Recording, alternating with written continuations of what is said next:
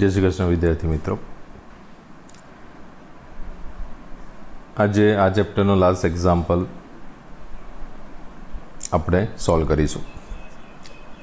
દાખલો બહુ મહત્વનો છે કારણ કે ઘણા બધા હવાલા એવા છે કે મહેનત માંગી લે તેવા છે, બટ આ રીતનો ફૂલ એક્ઝામ્પલ એક્ઝામમાં ના આવે। આમાંથી સમજો કમસે કમ એ લોકોએ 3 હવાલા હટાવી અને 2 ગુપ્ત હવાલા કરી અને આ જ દાખલો થોડોક રકમમાં ચેન્જ કરીને એ લોકો આપી શકે છે। તો ફૂલ એક્ઝામ્પલ તો એક્ઝામમાં નહીં જ આવે, આ રીતનો હવાલા ઓછા કરીને તમને આપી શકે છે। તો કરીએ શરૂઆત। ધ્યાન રાખજો, જય અને પ્રફુલ્લા સરખા પ્રમાણમાં નફો નુકસાન વહેંચતા એક પેઢીના ભાગીદારો છે, એટલે નફો અને નુકસાન સરખા હિસ્સે વહેંચે છે। તારીખ 31/3/2017ના રોજના કાચા સર અને વધારાની માહિતી પડતી પેઢીના વાર્ષિક હિસાબ તૈયાર કરો। સૌપ્રથમ એન્ટ્રી સોલ્વ કરી લઈએ આપણે। મૂડી અને ઉપાડ। મૂડી આવશે પાકા સરામાં મૂડી દેવા બાજુ અનુક્રમે 1 લાખ અને 1,40,000। ઉપાડ ભાગીદારોના મૂડી ખાતામાં ઉધાર બાજુ આવે છે, પણ આ દાખલામાં એક્ઝેક્ટ નીચે તમને ચાલુ ખાતા આપેલા છે, તેથી ચાલુ ખાતામાં ઉધાર બાજુ નોંધીશું। તો મૂડી 1 લાખ અને 1,40,000 પાકા સરામાં મૂડી દેવા બાજુ, અને ઉપાડ નોર્મલી મૂડી ખાતામાં ઉધાર બાજુ આવે, પરંતુ ચાલુ ખાતાની બાકી આપેલ હોય તો ચાલુ ખાતામાં ઉધાર બાજુ નોંધવાનો છે। ઓકે, નેક્સ્ટ છે ચાલુ ખાતા। ચાલુ ખાતાની બાકી ચાલુ ખાતામાં નોંધાશે, ચાલુ ખાતાની ઉધાર બાકી ચાલુ ખાતામાં ઉધાર બાજુ, અને ચાલુ ખાતાની જમા બાકી ચાલુ ખાતામાં જમા બાજુ। તારીખ આવશે 1/4/2016, વિગત બાકી આગળ લાવ્યા જ લખાશે। નેક્સ્ટ છે માલ સ્ટોક। પહેલી તારીખ છે શરૂઆતનો માલ સ્ટોક છે, વેપાર ખાતામાં ઉધાર બાજુ નોંધાશે 60,000।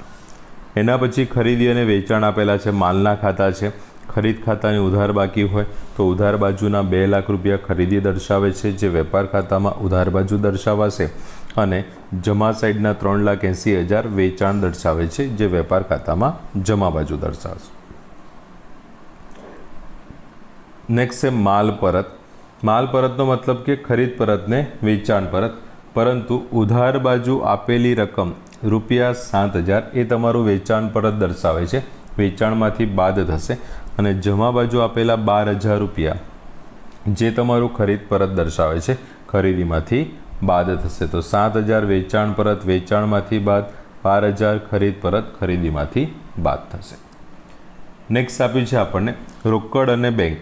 હવે રોકડ અને બેંક જનરલી શું રોકડ અને બેંક લખે છે એક જ રકમ આપે છે, એનો મતલબ રોકડ સિલક બેંક સિલક બંનેનું ટોટલ, પણ રોકડ અને બેંક બંને અલગ અલગ આપ્યું હોય, અને તો આ સંજોગોમાં ધ્યાન રાખવાનું કે ઉધાર બાજુ આપેલી રકમ એ રોકડ સિલક સૂચવે છે 3,700, જે મિલકત લેણા બાજુ આપશે, અને જમા બાજુ આપેલી રકમ 15,750 એ તમારો બેંક ઓવર ડ્રાફ્ટ દર્શાવે છે। ઓકે, એટલે કે જે રોકડ સિલક છે એની ફક્ત અને ફક્ત ઉધાર બાકી જ હોય, જ્યારે બેંકની રોકડ મેળ નામના ચેપ્ટરમાં ભણ્યા તો 3.11માં ઉધાર બાકી એટલે બેંક સિલક અને જમા બાકી એટલે બેંક ઓવર ડ્રાફ્ટ। ઓકે, તો 3,700 રોકડ સિલક પાકા સરામાં મિલકત લેણા બાજુ, અને 15,750 બેંક ઓવર પાકા સરામાં મૂડી દેવા બાજુ નોંધાશે। હુંડીઓ બોલીએ છીએ મુજબ લેણી હુંડી લેણું પાકા સરામાં મિલકત લેણા બાજુ 18,000, દેવી હુંડી દેવું પાકા સરામાં મૂડી દેવા બાજુ 14,000। લેણી હુંડી લેણું મિલકત લેણા બાજુ 18,000, દેવી હુંડી દેવું પાકા સરામાં મૂડી દેવા બાજુ 14,000। નેક્સ્ટ આપ્યું છે મકાન પાકા સરામાં મિલકત નેક્સ્ટ ટોપિક છે આપણું ભાડું। ભાડું નફા નુકસાન ખાતામાં ઉધાર બાજુ આવશે। એના પછી મકાન જે પાકા સરામાં મિલકત લેણા બાજુ નોંધાશે। મકાન પર ઘસારો આવશે નફા નુકસાન ખાતામાં ઉધાર બાજુ, પણ હવાલા પર ડિપેન્ડ કરે છે। જો હવાલામાં મકાન પર ઘસારો ગણો એવો હવાલો આપેલ હોય તો આ સંજોગોમાં કાચા સરામાં આપેલ ઘસારો તમારે મકાનમાં ઉમેરીને દર્શાવવાનો રહેશે। કાચા સરામાં આપેલ ઘસારો મકાનમાં ઉમેરીને દર્શાવવાનો રહેશે। ઓકે, રેલવે નૂર માલની ખરીદીનો ખર્ચ વેપાર ખાતામાં ઉધાર બાજુ નોંધાશે। ફર્નિચર પાકા સરામાં મિલકત લેણા બાજુ। એના પછી ફર્નિચરનું વેચાણ આપ્યું છે, તો મિલકત ખરીદો તો મિલકતમાં પ્લસ થાય, મિલકત વેચો તો મિલકતમાંથી માઇનસ। બીજું વર્ષની શરૂઆતમાં વેચે છે, બરાબર છે। જો વર્ષની વચ્ચે વેચે ને તો આ જે મિલકત છે એના પર આપણે ઘસારો પણ ગણવો પડે, કારણ કે જેટલો સમયનો વપરાશ કર્યો હોય એટલા સમયનો ઘસારો ગણવો પડે। આ તો માઇનસ હશે ફર્નિચરમાંથી। નેક્સ્ટ છે દેવાદાર લેણું પાકા સરામાં મિલકત લેણા બાજુ 48,000, લેણદાર દેવું પાકા સરામાં મૂડી દેવા બાજુ 16,800। પગાર નફા નુકસાન ખાતામાં ઉધાર બાજુ આવી જશે 20,000। વીમા પ્રીમિયમ ગુપ્તવાલો છે નફા નુકસાનમાં ઉધાર બાજુ આવશે 5,700। ગલખાત અને ગલખાત પરત ગલખાત ધંધાનું નુકસાન નફા નુકસાનમાં ઉધાર બાજુ ગલખાતના ફોર્મેટમાં આવશે, અને ગલખાત પરત આવક છે નફા નુકસાન ખાતામાં જમા બાજુ, ગલખાત પરત આવક છે નફા નુકસાન ખાતામાં જમા બાજુ। પ્રફુલ્લાની લોન દેવું છે પાકા સરામાં મૂડી દેવા બાજુ 6% લેખે 1932ના ભાગીદારી કરારનામાની જોગવાઈ મુજબ આપણે તેના પર વ્યાજ ગણવાનું રહેશે।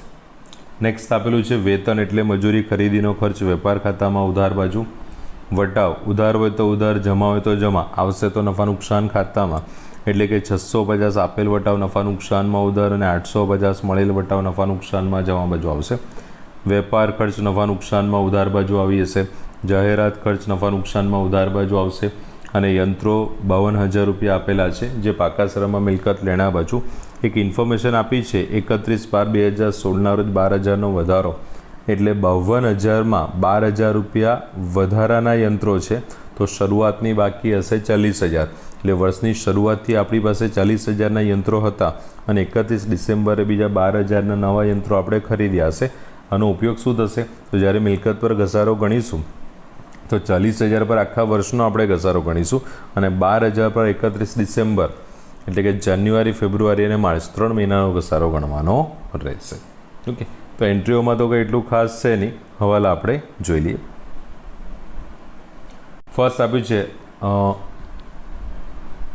હવાલા, તમે ટેક્સ્ટબુકમાં જોઈ લેજો, હું તમને વર્કિંગ સમજાવી દઈશ, બરાબર છે। ફર્સ્ટ આપ્યું છે આખાના સ્ટોકની ચોપડે કિંમત 60,000 છે, 60,000 જે એની મૂળ કિંમત કહેવાય, જેમાં 10% માલની બજાર કિંમત 20% ઓછી છે। જો 60,000ના 10% એટલે 6,000, 6,000ના 20% ઓછા એટલે 1,200 ઓછા છે, એટલે એની બજાર કિંમત આવશે 4,800। જે 60,000નો માલ સ્ટોક છે તેમાંથી 10% માલ એટલે કે 6,000 માલની કિંમત 20% એટલે કે 1,200 રૂપિયા ઓછી છે, તો 6,000માંથી 1,200 માઇનસ કરો એટલે એની બજાર કિંમત કેટલી આવી જશે 4,800 અને મૂળ કિંમત છે 6,000। આગળ આપ્યું છે 20% માલની બજાર કિંમત 10% ઓછી છે, 60,000ના 20% એટલે 12,000, 60,000ના 20% એટલે 12,000, એની કિંમત 10% ઓછી છે, 12,000ના 10% એટલે 1,200 રૂપિયા માઇનસ કરશો એટલે કેટલા આવશે 10,800 રૂપિયા।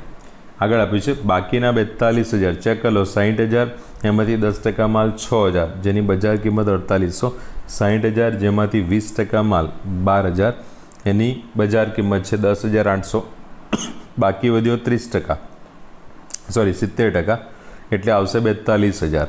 ઓકે, રકમ જોઈ લેવાની, કોઈ અમાઉન્ટ બાકી ના રહી જાય। અને આ જે 42,000નો માલ સ્ટોક છે એની કિંમત 25% ઓછી એટલે 25% ઘટાડો કરવામાં આવે છે, એટલે કે 75% આંકવામાં આવે છે એવું પણ બોલી શકાય, બરાબર છે। તો આની કિંમત છે 31,500। આપણો નિયમ શું કહે છે, મૂળ કિંમત અને બજાર કિંમત બંનેમાંથી ઓછી રકમ લેવાની, તો અહીંયા 6,000 ને અહીંયા 4,800 એટલે ઓછી કિંમત કેટલી છે 4,800, અહીંયા 12,000 ને 10,800 ઓછી કિંમત કેટલી છે 10,800, અને અહીંયા 42 ને 31,500 ઓછી કિંમત કેટલી છે 31,500 રૂપિયા, બરાબર છે। હવે ટોટલ કરી દો એટલે ટોટલ અમાઉન્ટ આવશે 47,100। તો આખરનો માલ સ્ટોક સિમ્પલ ઇફેક્ટ છે, વેપાર ખાતામાં જમા બાજુ પાકા સરામાં મિલકત લેણા બાજુ, વેપાર ખાતામાં જમા બાજુ પાકા સરામાં મિલકત લેણા બાજુ। હવે નેક્સ્ટ હવાલો છે ને મૂડી પર વ્યાજ, ચાલુ ખાતાની બાકી પર વ્યાજ, ઉપાડ પર વ્યાજ, એ હવાલો એકચ્યુઅલી અત્યારે નહીં ગણવાનો, એ હવાલો આપણે બધાથી છેલ્લે ગણવાનો રહેશે, કારણ કે ઘણા બધા અમુક વધારાની માહિતી છે, ઉપાડને લગતા હવાલા છે જે તમને પછીથી આપેલા છે। સો મૂડી આ સેકન્ડ હવાલો આપણે છેલ્લે જોઈશું આ દાખલામાં, બરાબર છે।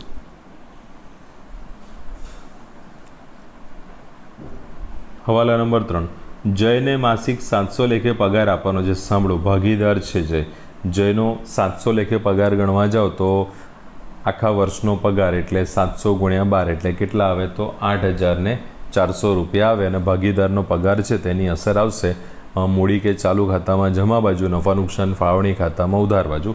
મૂડી કે ચાલુ ખાતામાં જમા બાજુ, નફા નુકસાન ફાળવણી ખાતામાં ઉધાર બાજુ. પણ આગળ શું કીધું છે? જેમાંથી 4 માસનો પગાર તેમણે ઉપાડી લીધો છે એટલે 4 મહિના એટલે 2800 રૂપિયા પગાર એણે લઈ લીધો છે, જેનો સમાવેશ પગારમાં થયો છે. હવે ધ્યાનથી સમજો, ભાગીદારનો પગાર નફા નુકસાન ફાળવણી ખાતામાં ઉધાર આવે, કર્મચારીનો પગાર નફા નુકસાન ખાતામાં ઉધાર આવે.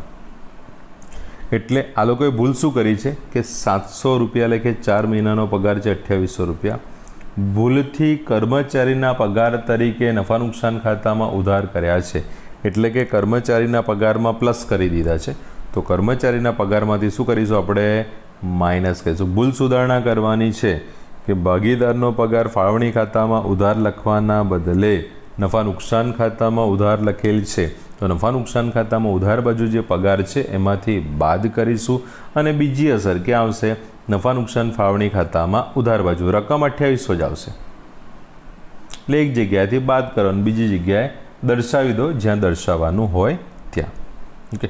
પણ પ્રોબ્લેમ એ છે કે આ તો 4 મહિનાનો પગાર, આ બાકીના 8 મહિનાનો તમારે જાતે ગણવો પડશે.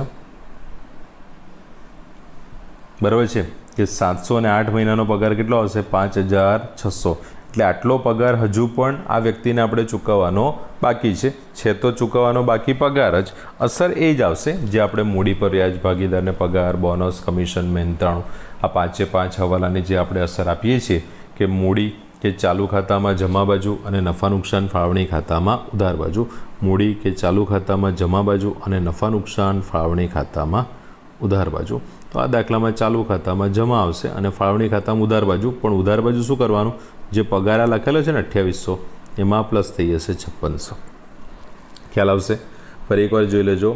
જયને માસિક પગાર 700 લેખે આપવાનો છે, જેમાંથી 4 માસનો પગાર તેમને ઉપાડી લીધો છે એટલે 700 ગુણ્યા 4 વાત કરી રહ્યા છે 2800 રૂપિયાની, જેનો સમાવેશ પગારમાં થઈ ગયો છે. પગાર એટલે કર્મચારીનો પગાર જે નફા નુકસાનમાં ઉધાર હતો તેમાં પ્લસ થઈ ગયા છે, માઇનસ કરીશું. આ ભૂલ સુધારી અને સાચી અસર આપીશું આપણે નફા નુકસાન ફાળવણી ખાતામાં ઉધાર બાજુ 2800થી. અને એના સિવાયના 5600 માટે કોઈ ડિટેલ નથી આપી, પણ આપણને ખ્યાલ આવવો જોઈએ કે વાર્ષિક હિસાબ 12 મહિના બને છે. 4 મહિનાના પગારની ઇન્ફોર્મેશન આપી છે તો બાકીનો પગાર તો આપણે ગણવો જ પડશે, જે આવે છે 5600. એની એઝ ઇટ ઇઝ અસર ચાલુ ખાતામાં જમા બાજુ અને ફાળવણી ખાતામાં ઉધાર બાજુ, પણ અહીંયા પગારમાં પ્લસ કરીશું. નેક્સ્ટ સવાલો છે. તારીખ 1/1/2017ના રોજ પ્રફુલ્લા વધારાની મૂડી તરીકે 20,000 લાવ્યા છે. એટલે પ્રફુલ્લાની મૂડી છે ને 1,40,000 છે. હવે 1,40,000માંથી 20,000 તો વધારાની મૂડી છે એટલે શરૂઆતની બાકી કેટલી હશે? 1,20,000 રૂપિયા હશે. બરાબર. એટલે જો કદાચ ભૂલથી આપણે મૂડી પર પહેલાં ગણી નાખ્યું હોય તો આ સંજોગોમાં આપણું વ્યાજ ખોટું પડે. પણ આ બધા ટોપિક આપણે લાસ્ટમાં જ જોઈશું. એટલે ચોથો હવાલો એની કોઈ અસર નથી આપવાની. આ એક ઇન્ફોર્મેશન છે જેવું સૂચવે છે કે વધારાની મૂડી તરીકે 20,000 લાવ્યા છે. ચોથો હવાલો એક ઇન્ફોર્મેશન સૂચવે છે, દર્શાવે છે કે આટલી મૂડી વધારાની લાવેલ છે. બસ આની કોઈ અસર આપવાની બાકી નથી. નહીં તો લખીને આપે કે નોંધ કરવાનું રહી ગયું છે. એના પછી પાંચમો હવાલો. જયે દર માસની આખરમાં ₹1,000નો ઉપાડ કર્યો છે એટલે ઉપાડ પર વ્યાજ ગણવા માટે કામ લાગશે. દર માસની શરૂઆત હોય 78 મહિનાનું વ્યાજ આવે, દર માસની 15મી તારીખે 72 મહિનાનું વ્યાજ આવે અને દર માસના અંતે આપણે 66 મહિનાનું વ્યાજ આપણે ગણીએ પછી. અને પ્રફુલ્લાનો ઉપાડ આપે છે 1/10/2016ના રોજ એટલે 1/10/2016થી તેનું વ્યાજ ગણાશે. તો પાંચમો હવાલો પણ એક ઇન્ફોર્મેશન સૂચવે છે જેનો ઉપયોગ શેના માટે કરીશું? તો હવાલામાં ગણતરી કરતી વખતે. એટલે એની સેપરેટ કોઈ અસર આપવા નથી. ચોથો અને પાંચમો હવાલો સેપરેટ કોઈ અસર આપવાની નથી. નેક્સ્ટ છે યંત્રો અને ફર્નિચર પર 5% લેખે ઘસારો ગણો. મિલકત પર ઘસારો ગણવાનો છે તો જોઈએ આપણે મિલકત પર ઘસારો. યંત્રો પર 9%. હવે આપણી પાસે છે ને ટોટલ યંત્રો કેટલા અવેલેબલ છે? તો યંત્રોની રકમ છે આપણી પાસે ટોટલ 52,000. 52,000માંથી વર્ષની શરૂઆતમાં આપણી પાસે 40,000 હતા. કેમ? તો 12,000નો વધારો કર્યો છે. વર્ષની શરૂઆતથી જે આખા વર્ષનો જ ઘસારો ગણાશે ને તો 40,000 પર 9% એટલે કે આખા વર્ષનો ઘસારો કેટલો આવે? 3600 આવે. વધારો કેટલો કર્યો છે? 12,000. કઈ તારીખથી આ મેઇન છે? 31/12. તો 31/12થી 31 માર્ચ સુધીનું વ્યાજ ગણાશે ડિસેમ્બર મહિનો તો પૂરો થઈ ગયો, જાન્યુઆરી ફેબ્રુઆરી માર્ચ ફક્ત 3 મહિનાનું વ્યાજ, તો 12,000 પર 9% લેખે 3 મહિનાનું વ્યાજ કેટલું આવે છે? 270. કેટલું વ્યાજ આવશે? 270. ઓકે, એટલે 3600 અને 270, 3600 અને 270 ટોટલ આવશે 3,870. ફર્નિચર માટે એક જ ટોપિક છે, પેલું વેચાણ છે, ખાલી બાદ કરવું પડશે. તો આ રીતનું કંઈક અમાઉન્ટ આવશે એની. 84,600 હતા, એમાંથી વેચાણ 14,600 માઇનસ કરી નાખ્યું, એટલે તમારી પાસે ફર્નિચર કેટલાનું છે? 70,000. અને 70,000 પર 5% લેખે તમે ઘસારો ગણશો એટલે કેટલો આવશે?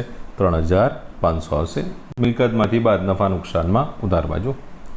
એના પછી 7મો હવાલો થોડોક ધ્યાન રાખજો. આ ટોપિકમાં ભૂલ સુધારણાનો ટોપિક છે.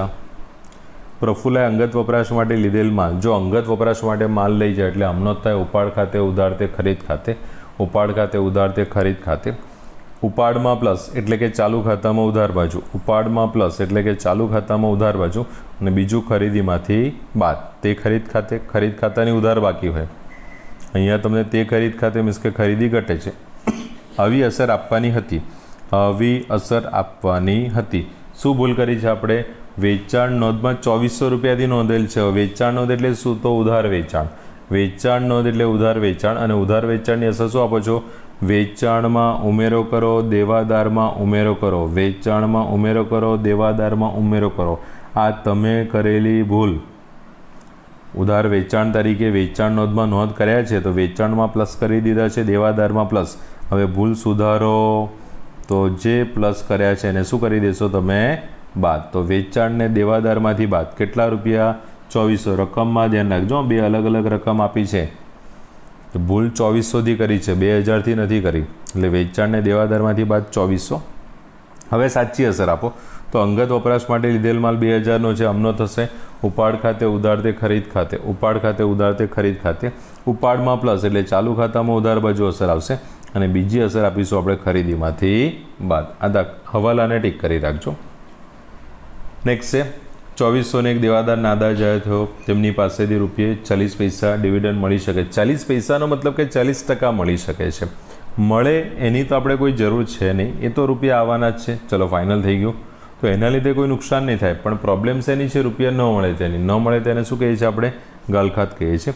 તો 2400માંથી 40% એટલે 40 પૈસા લેખે રકમ મળશે. બાકીના 60% રકમ નહીં મળે. 60% જે નહીં મળે ને તેને આપણે કહીશું 1440 ગાલખાત હવાલાની.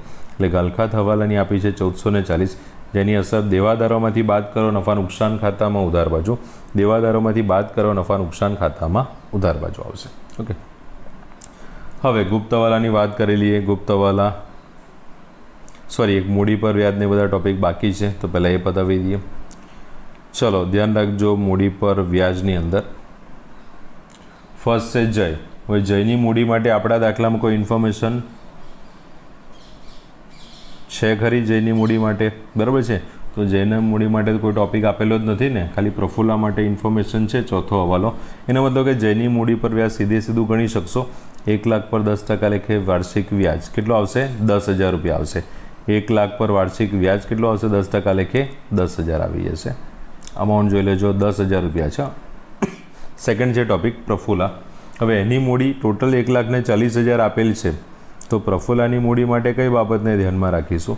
કે આની જે 1,40,000 મૂડી જે કરી તે થઈ, વર્ષની શરૂઆતથી 21 હતા અને વધારો કર્યો છે 20,000નો. શરૂઆતથી છે તો 1,20,000 પર આખા વર્ષનું વ્યાજ કેટલું આવી હશે? 12,000 રૂપિયા. જ્યારે વધારો કર્યો છે 1 જાન્યુઆરીએ, વ્યાજ વર્ષના અંત 31 માર્ચ સુધીનું ગણાશે. જાન્યુઆરી, ફેબ્રુઆરી અને માર્ચ કેટલા મહિનાનું વ્યાજ? 3 મહિનાનું. એટલે આવું કહી શકાય કે 20,000 પર 10% લેખે 3 મહિનાનું વ્યાજ ગણાશે. 20,000 પર 10% લેખે 3 મહિનાનું વ્યાજ કેટલું આવશે? 500 રૂપિયા. બરાબર છે. એટલે ટોટલ વ્યાજ કેટલું થઈ જશે? 12,500. ટોટલ વ્યાજ થઈ જશે 12,500 રૂપિયા. ઓકે, એટલે જે પ્રફુલ્લાની મૂડી પર વ્યાજ છે ધ્યાન રાખજો. આવો ટોપિક પહેલાં આવી ચૂક્યો છે. અને મૂડી પર વ્યાજની અસર આપો છો તમે મૂડી કે ચાલુ ખાતામાં જમા બાજુ, નફા નુકસાન ફાળવણી ખાતામાં ઉધાર બાજુ. આ દાખલામાં ચાલુ ખાતામાં જમા અને ફાળવણી ખાતામાં ઉધાર બાજુ અસર આપીશું. નેક્સ્ટ ટોપિક આપ્યો છે આપણને ચાલુ ખાતાની બાકી પર વ્યાજ. એમાં તો કોઈ ખાસ હોય નહીં, પણ રકમમાં ધ્યાન રાખવાનું. ઉધાર બાકી છે તો 12,000 પર 9% લેખે વર્ષનું વ્યાજ કેટલું આવશે? 1,080.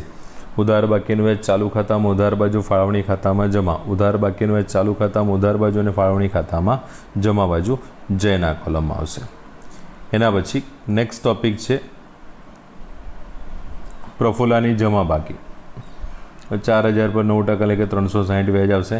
જમા બાકી છે ચાલુ ખાતામાં જમા, ફાળવણી ખાતામાં ઉધાર, ચાલુ ખાતામાં જમા બાજુ અને ફાળવણી ખાતામાં ઉધાર બાજુ અસર આવશે. ઓકે, આમાં ધ્યાન રાખજો તમે ઉપાડ પર વ્યાજની અંદર, બરાબર, અલગ અલગ હવાલા આની સાથે સંકળાયેલા છે. એટલા માટે બધાથી પહેલાં વાત કરીએ જય માટે.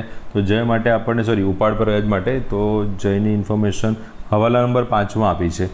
જય દર માસની આખરે ₹1,000નો ઉપાડ કર્યો છે. ખ્યાલ છે, દર માસની આખરે ઉપાડ કર્યો એટલે કેટલા મહિનાનું વ્યાજ ગણાય? 66, અને મહિનાની રકમ પર ગણાશે.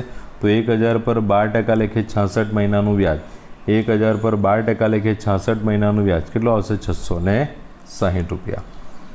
પ્રફુલ્લાની અમાઉન્ટ જોઈ લઈએ આપણે. તો પ્રફુલ્લાનો ઉપાડ આમ તો આપેલો છે આપણને 16,000. તો 16,000 માટે શું કીધું છે કે 16,000 પર 12% લેખે આપણે વ્યાજ ગણીશું 6 મહિનાનું. કેમ? તો કઈ તારીખે ઉપાડ કર્યો છે? 1/10, 1/10 થી 31/3, 10, 11, 12, 1, 2 ને 3, 6 મહિના.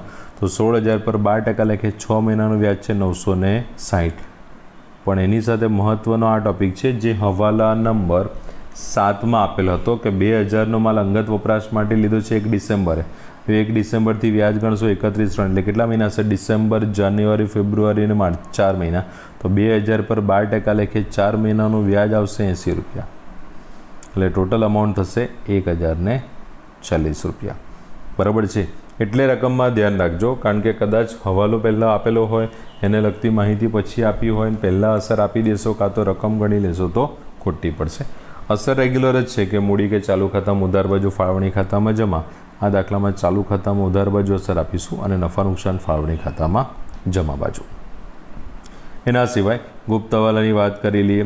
તો ગુપ્ત હવાલામાં જે નોર્મલી તમને આપે છે પગારને લગતા ટોપિક એવો જ આપ્યો છે. ભાડું ફેબ્રુઆરી સુધીનું ચૂકવેલું છે. હવે ફેબ્રુઆરી સુધીનું આપણું વર્ષ છે ને માર્ચમાં પતે, આપણે ફેબ્રુઆરી સુધીનું ચૂકવ્યું તો આમ બી ખબર પડી જાય કે 1 એપ્રિલથી ફેબ્રુઆરી સુધીનું ચૂકવું એટલે 11 મહિનાનું ચૂકવેલ. એનો મતલબ કે 1 મહિનાનું ચૂકવવાનું બાકી, 11 મહિનાનું ચૂકવેલ, 1 મહિનાનું ચૂકવવાનું બાકી. તો 22,000 કેટલા મહિનાના છે? 11 મહિનાના. તો 11 મહિનાના 22,000 તો 1 મહિનાના કેટલા? તો 1 મહિનાનું ભાડું કેટલું આવશે? 2,000 ચૂકવવાનું બાકી છે. પ્લસ કરો પાકા શેરામાં મૂડી દેવા બાજુ, પ્લસ કરો ભાડામાં પાકા શેરામાં મૂડી દેવા બાજુ આવશે. એના પછી સેકન્ડ ટોપિક આપ્યો છે આપણને વીમા પ્રીમિયમ. મોસ્ટ ઓફ આમાં છે ને અગાઉથી ચૂકવેલ ખર્ચનો ટોપિક આપે છે આપણને. જોઈએ શું કીધું છે? તારીખ 30/6/2017 રોજ પૂરા થતા વર્ષના 3600. એ ₹3600 પ્રીમિયમ એવું છે કે જે પૂરું થાય છે 30/6 સુધીનું. પણ આપણું વર્ષ તો ક્યારે પૂરું થાય છે? 31 માર્ચે પૂરું થાય છે. એટલે માર્ચ સુધીનો ચૂકવેલો ખર્ચ જ નફા નુકસાન ખાતામાં દર્શાવાય. માર્ચ સુધીનો ચૂકવેલો ખર્ચ જ નફા નુકસાન ખાતામાં દર્શાવાય. આપણે ક્યાં સુધીનો ચૂકવેલો ખર્ચ દર્શાવેલો છે? 6ઠ્ઠા મહિના સુધીનો. એનો મતલબ કે ચોથો, પાંચમો અને છઠ્ઠો 3 મહિનાનું પ્રીમિયમ તમે અગાઉથી ચૂકવેલ છે. 3 મહિનાનું પ્રીમિયમ તમે અગાઉથી ચૂકવેલ છે. અને આ અગાઉથી ચૂકવેલમાં રકમ કઈ છે? 3600ની છે. એટલે સ્ટેપ આવશે 12 મહિનાના 3600 તો 3 મહિનાના કેટલા? 12 મહિનાના 3600 તો 3 મહિનાના કેટલા? એ રકમ આવશે 900. અગાઉથી ચૂકવેલ ખર્ચ છે. ખર્ચમાંથી બાદ અને મિલકત લેણા, જે તે ખર્ચમાંથી બાદ અને મિલકત લેણા સાઈડ આવશે. અને એના સિવાય પ્રફુલ્લાની લોન આપેલી છે. તો પ્રફુલ્લાની લોન પર આપણે વ્યાજ ગણીશું 1/10 થી 31/3 6 મહિનાનું. 20,000 પર 6% લેખે 6 મહિનાનું વ્યાજ એટલે કેટલું આવશે? 600. ખર્ચ છે નાણાકીય ખર્ચ નફા નુકસાનમાં ઉધાર અને પાકા શેરમાં મૂડી દેવા બાજુ, નફા નુકસાનમાં ઉધાર બાજુ અને પાકા શેરમાં મૂડી દેવા બાજુ. ઓકે, એટલે દાખલો ગણતા પહેલાં આ રીતે વ્યવસ્થિત એના હવાલાની અસર સમજી લેજો. ઓકે, તો કરીએ આપણે શરૂઆત. બધાથી પહેલાં મૂડી આપેલી છે. મૂડી લખાશે પાકા શેરમાં મૂડી દેવા બાજુ જય અને પ્રફુલ્લા 1,00,000 ને 1,40,000. ઉપાડ ચાલુ ખાતામાં, એકચ્યુઅલી મૂડી ખાતામાં ઉધાર આવે છે, બટ આ દાખલામાં આપણે ઉપાડ ચાલુ ખાતામાં ઉધાર બાજુ લખીશું.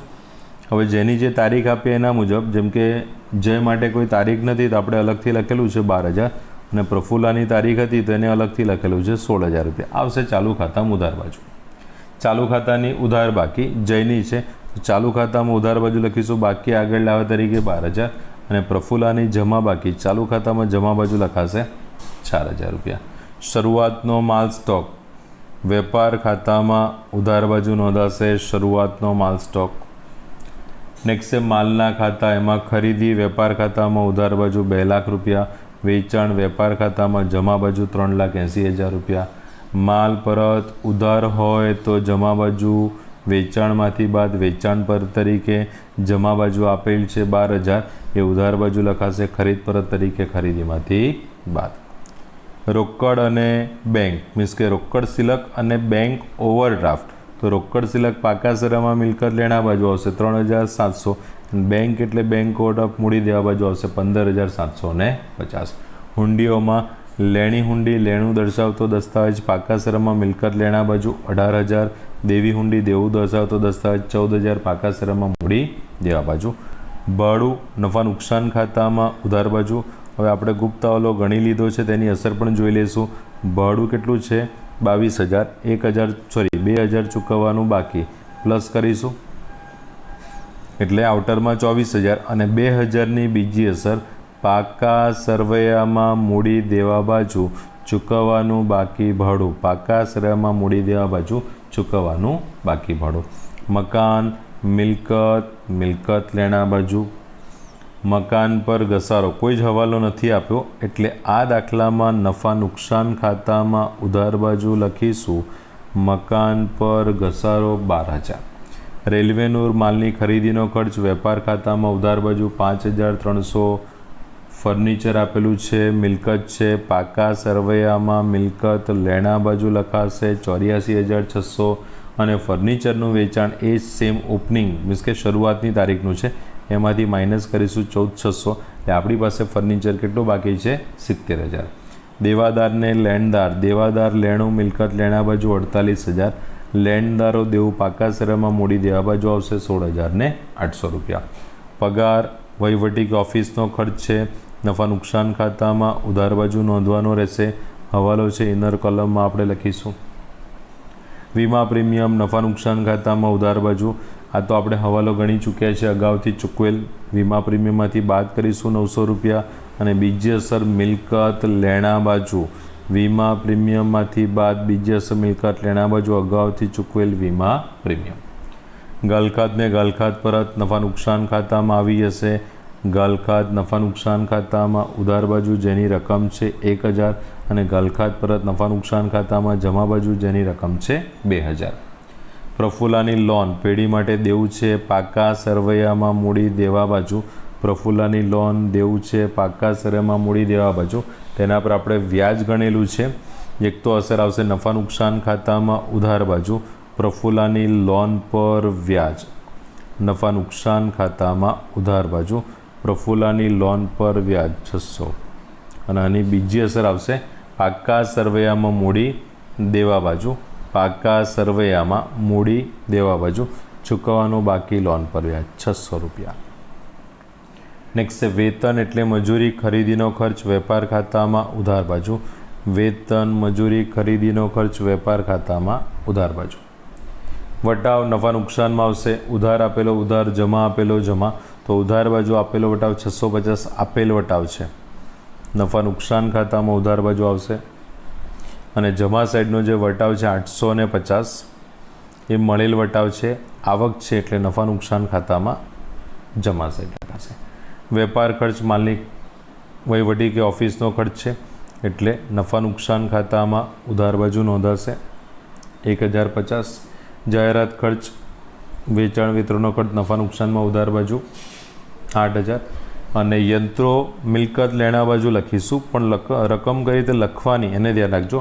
યંત્રો આપણી પાસે શરૂઆતમાં 40,000 હશે, વધારો કર્યો છે 12,000 એ ટોટલ કેટલા થઈ ગયા 52,000 રૂપિયા. કૌંસમાં ઇન્ફોર્મેશન લખીને આપેલી છે. હવે આખરનો માલ સ્ટોક જેની અસર ગણતરી આપણે જોઈ લીધી. વેપાર ખાતામાં જમા બાજુ પાકા સરવૈયામાં મિલકત લેણા બાજુ. વેપારમાં જમા 47,100. બીજી અસર મિલકત લેણા બાજુ આવશે 47,100. નેક્સ્ટ છે મૂડી પર વ્યાજ, ચાલુ ખાતાની બાકી પર વ્યાજ, ઉપાડ પર વ્યાજ. વર્કિંગ કરેલી છે એટલે આની અસર આપી શકીએ બાકી ડાયરેક્ટ ન અપાય, બરાબર છે. મૂડી પર વ્યાજ ચાલુ ખાતામાં જમા બાજુ 10,000 ને 12,500, બીજી અસર ફાળવણી ખાતામાં ઉધાર બાજુ. ઉપાડ પર વ્યાજ ચાલુ ખાતામાં ઉધાર બાજુ 660 અને 1,040, બીજી અસર ફાળવણી ખાતામાં જમા બાજુ. ઓકે, ચાલુ ખાતાની બાકીનું વ્યાજ, ઉધાર બાકીનું વ્યાજ ચાલુ ખાતામાં ઉધાર બાજુ જો એનું છે 1,080, બીજી અસર ફાળવણી ખાતામાં જમા સાઈડ ચાલુ ખાતાની બાકી પર વ્યાજ. અને પ્રફુલ્લાની જે બાકી છે જમા સાઈડ, તો જમા સાઈડની બાકી છે તો ચાલુ ખાતાનું વ્યાજ જમા સાઈડ લખાશે અને બીજી અસર આવી જશે ફાળવણી ખાતામાં ઉધાર બાજુ. ઓકે, એના પછી ત્રીજો હવાલો, એની અંદર જયનો પગાર આપણે ભૂલથી પગારમાં પ્લસ કરી નાખ્યા છે, પેલા 700 ગુણ્યા 4 એટલે 2800 રૂપિયા. તો એક તો પગારમાંથી બાદ કરીશું, પગારમાંથી બાદ ભૂલથી નોંધાયેલ 2800 અને સાચી અસર આપીશું નફા નુકસાન ફાળવણી ખાતામાં ઉધાર બાજુ, નફા નુકસાન ફાળવણી ખાતામાં ઉધાર બાજુ પગાર. અને 5600 ચૂકવવાનો બાકી કહેવાશે ને 8 મહિનાનો, એટલે ચાલુ ખાતામાં જમા બાજુ આવશે અને બીજી અસર પ્લસ કરી દઈશું ફાળવણી ખાતામાં ઉધાર બાજુ 5600થી, એટલે આઉટરમાં 8,400 આવી જશે. ચોથો હવાલો પ્રફુલ્લા વધારાની મૂડી તરીકે લાવેલ છે. એક માહિતી હતી જેનો મૂડી પર વ્યાજ ગણવા આપણે ઉપયોગ કરવાનો છે. અને જય દર માસની આખરે પાંચમા હવાલામાં 1,000નો ઉપાડ કરે છે. પ્રફુલ્લાનો ઉપાડ 1,10નો છે. એક ઇન્ફોર્મેશન છે જે ઉપાડ પર વ્યાજ ગણવામાં કામ લાગશે. મિલકતો પર ઘસારો આપે છે યંત્રો અને ફર્નિચર, જે તે મિલકતમાંથી બાદ કરો નફા નુકસાન ખાતામાં ઉધાર બાજુ. તો યંત્રોમાંથી બાદ કરીશું ઘસારો 3,870 અને ફર્નિચરમાંથી બાદ કરીશું ઘસારો 3,500. બંનેની બીજી અસર નફા નુકસાન ખાતામાં ઉધાર બાજુ, બંનેની બીજી અસર નફા નુકસાન ખાતામાં ઉધાર બાજુ ઘસારો 3,500 ને 3,870, ટોટલ છે 7,370. પછી અંગત ઉપયોગ માટે લીધેલ માલ જેની ભૂલથી નોંધ વેચાણ નોંધમાં થઈ છે, વેચાણમાંથી બાદ કરો દેવાદારમાંથી બાદ, ભૂલ સુધારો વેચાણમાંથી બાદ કરો 2,400, બીજી અસર દેવાદારમાંથી બાદ કરો 2,400,